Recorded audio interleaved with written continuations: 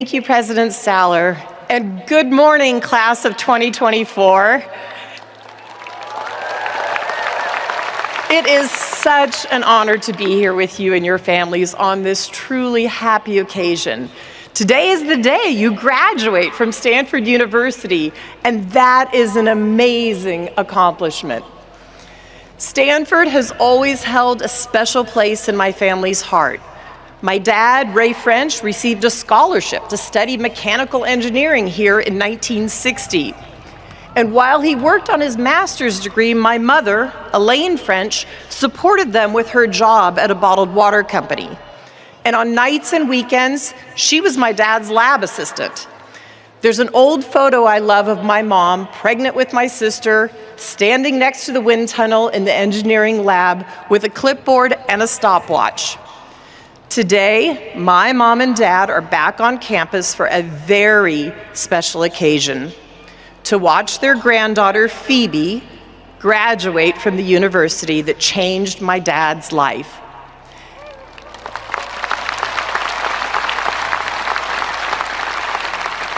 And Phoebe's not the only one to follow in his footsteps. My older daughter, Jen, and my son-in-law, Niall, earned degrees here too. So happy Father's Day, Dad, and to all the dads here. And Mom, thanks for making this story possible. I know there are many other parents, grandparents, and loved ones who are here and as proud to be here as my family and I are. Graduates, you have given us a lot to celebrate, and also a lot to admire. You arrived on this campus already accomplished and ambitious young people. And during your time here, you've also proven how adaptable you are and what powerful advocates you are for the causes you believe in. Stanford is a demanding university, and your time here was made even more challenging by what was happening in the world all around you. From a once-in-a-century pandemic that changed the way you lived and learned, to multiple wars that I know this campus is feeling very deeply. There is no question you are graduating into a different world than the one you matriculated into. But you are also leaving this campus prepared to be the leaders that we all need. And today marks an important milestone in that journey. Shortly after I sit down, you will be invited to rise if you are able. You will hear that call as a Stanford student. You will answer that call as a Stanford graduate. And with that, a major transition in your life will begin. I've been thinking a lot lately about transitions. The spiritual leader Ram Dass had a wonderful teaching about two waves traveling through the ocean, one big and one small. And as the waves get closer to the land, the big wave sees what's about to happen. They see all the waves ahead of them are just crashing onto the shore. And devastated, the big wave says to the small wave, he warns them, the end is near. And the small wave just smiles and says, don't worry, we'll be fine.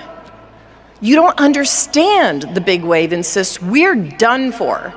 And the smaller wave is just totally calm and says, no, we're not.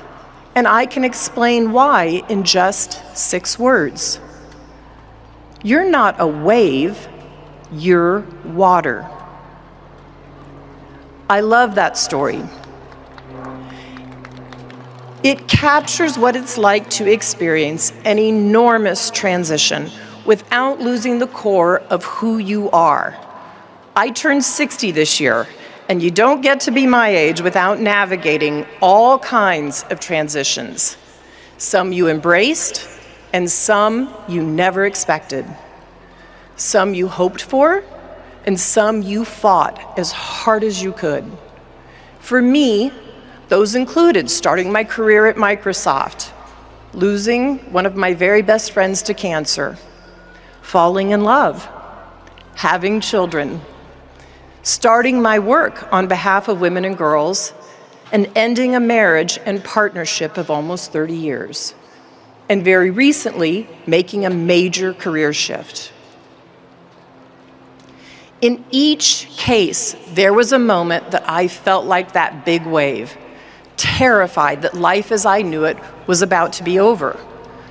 But I always made it to the next day, and so will you. And I've learned that the next day is when the real work begins. Because what we do the next day is what makes us who we are. So in addition to honoring all of your accomplishments today, I also want to offer you something to think about when you wake up tomorrow. 3 lessons I've learned from my own experience with transitions. The first piece of advice is to enter these moments with radical open-heartedness. Most of the time, we walk around through life in the thicket of our everyday routine. But during a transition, we step out of our familiar surroundings into a big, wide open space where everything is new.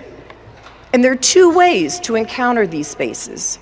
You can keep your head down and focus on finding the shortest distance possible from one familiar thing to the next, or you can find the courage to linger in that liminal space and see what it has to tell you. That, to me, is practicing open-heartedness. I have to admit, as a young person, I managed transitions in the first way. I had a list of goals I wanted to accomplish, and as soon as I checked one off the list, I raced across the clearing to the next one. Because frankly, it was a lot less scary that way. But as I've gotten older, I've learned the value of embracing uncertainty. I'll give you one example of what this has looked like in my life. When I entered philanthropy more than 25 years ago, it was completely unfamiliar terrain. I didn't have any experience in global health or development yet. So I had a lot to learn, and I knew I'd need to pay attention. Now, initially, we thought the Foundation's work was going to focus on vaccine access. But when I started traveling around the world to see the work in action, the women I met kept changing the subject. They'd say, "What about the shots I used to get?" they'd ask me. And they were talking about contraceptives. So I stopped and I listened to what they had to say. And soon I was talking about contraceptives on almost all my trips and continuing those conversations back home with my team. And those conversations led to others. I learned how much society benefits when women are able to make their own decisions, control their own resources, and direct their own futures.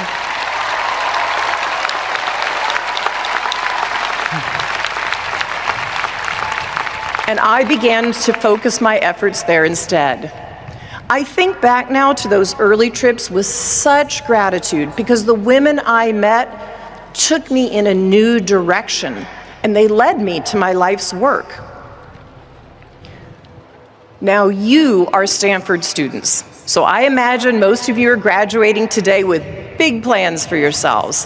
Higher degrees to earn, causes to advance, companies to start, industries to disrupt.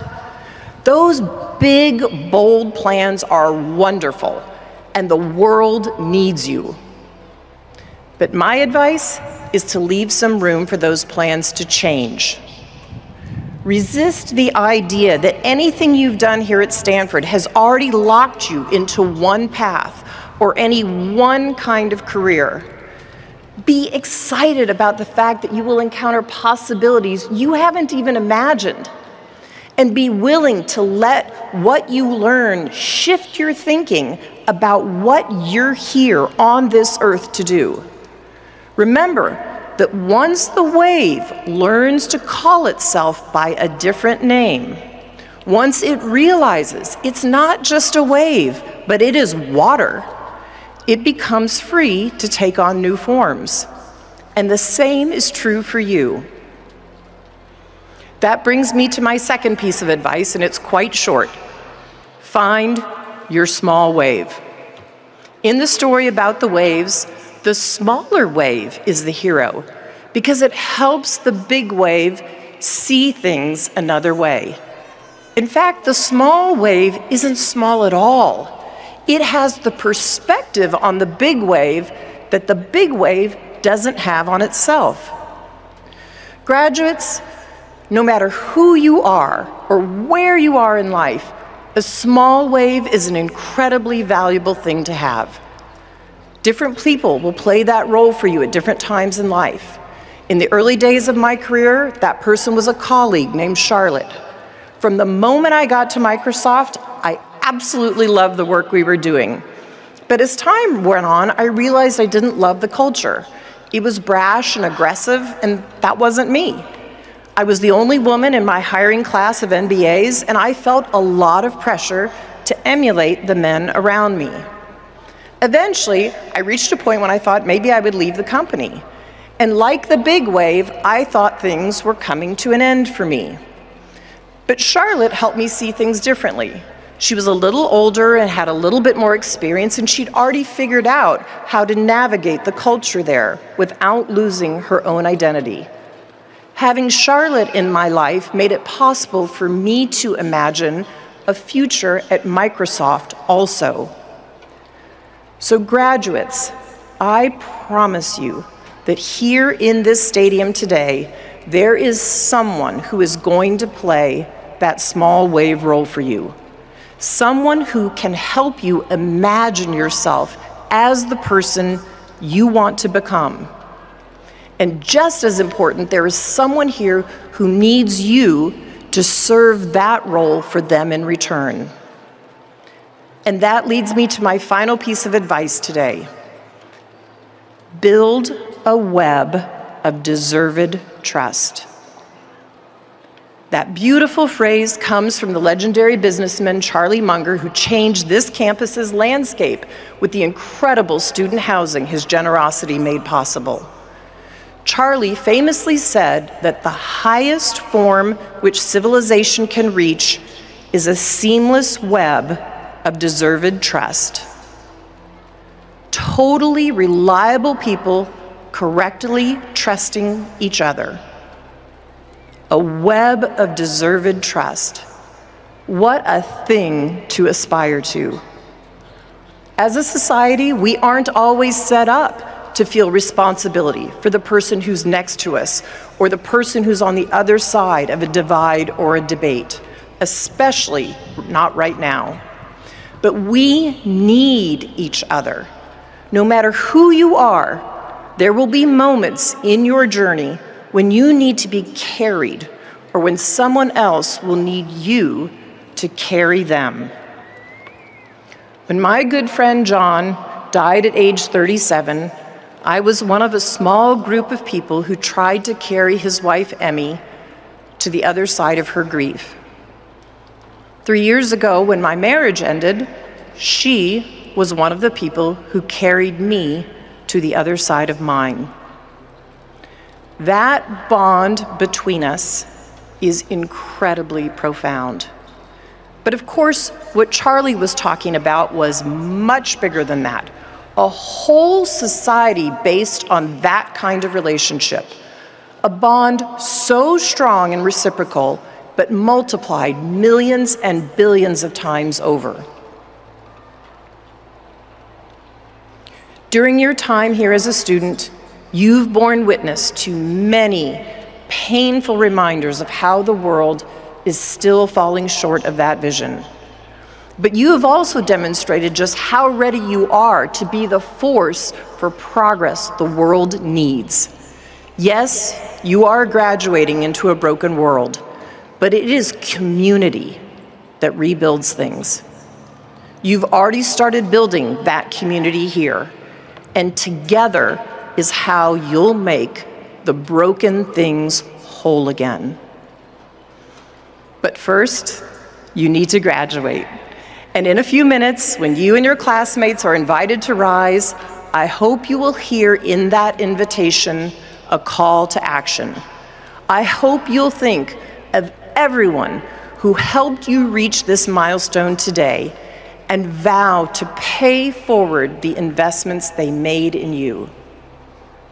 Most of all, I hope you will step forward into the future with radical open-heartedness, emboldened by the wisdom and perspective of the smaller, wiser waves that travel with you, committed to expanding the seamless web of deserved trust you have already begun to weave around you. And when you wake up tomorrow, no longer the person you are today, and not yet the person you will become next, I hope you will draw courage and confidence knowing that you graduates are water, the force that shapes the shore. What a powerful force you are. Thank you.